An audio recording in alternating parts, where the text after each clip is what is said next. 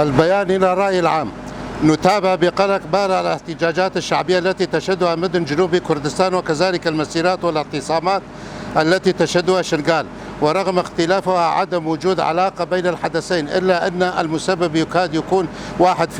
ففي شنغال المسيرات والاعتصامات تضامنية مع الإدارة ذاتية الديمقراطية في شنغال ووحدات حماية الشعب يبشة يجشة وأسايش يزيد خان. سببها الاتفاقية على وحدات حماية شنغال اعتبارها قوات غير شرعية، وإحلال القوات العراقية وقوات الحزب الديمقراطي مكانها، وفرض هذه الاتفاقية على أهالي شنغال بالقوة رغم رفضهم لهذه القوات التي تخلت عنهم وتركتهم لمصيرهم ولم تدافع عنهم عند هجوم تنظيم داعش الإرهابي على شنغال، وما فارق ذلك من مجازر وإبادة بحق المكون الإيزيدي.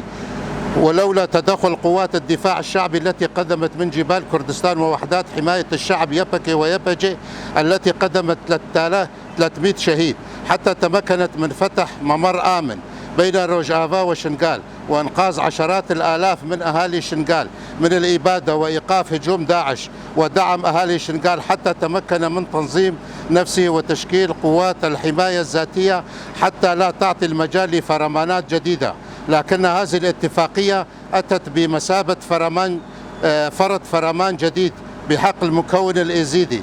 لذلك نجد في شنغال التلاحم والترابط بين الشعب وقوات حماية هنالك، سواء يبشة أو يجشة وأسايش.